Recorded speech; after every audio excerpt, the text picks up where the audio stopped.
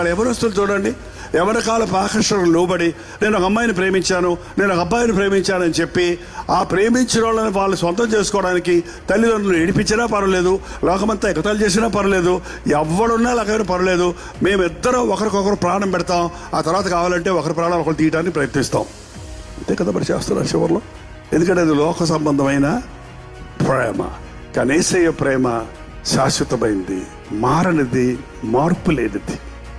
ఆ ప్రేమతో యేసయ్య నన్ను ప్రేమిస్తున్నాడు, నిన్ను ప్రేమిస్తున్నాడు. చెప్పాలంటే మానవులందరినీ ప్రేమిస్తున్నాడు. లోకములో ఉన్న వారందరి పాపములు, వర్తమాన భూత భవిష్యత్ కాలంలో ఉన్న ప్రతి ఒక్కరి కొరకు ప్రాణం పెట్టినవాడు ఆయన. ప్రాణం పెట్టినవాడు ప్రేమించాడు. ఎంతవరకు అంటే ప్రాణం ఇచ్చినంతగా మనల్ని ఆయన ప్రేమించాడు. ఎందుకు ప్రేమిస్తున్నాడు?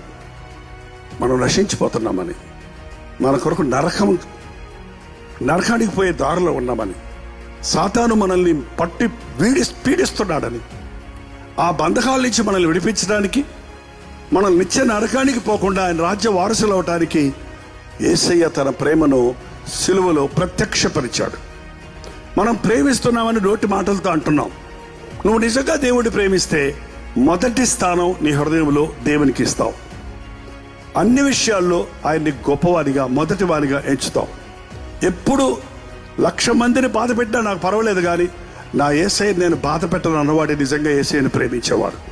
మనుషుల్ని సంతోషపెడతానికి దేవునికి దూరం అయ్యేవారు, దేవుని పక్కన పెట్టేవారు నిజంగా దేవుడిని ప్రేమించని వారు. ఈ రోజు నుంచి నేను యేసయ్యను ప్రేమిస్తానన్న వాళ్ళు ఒకసారి అల్లు చెప్పండి.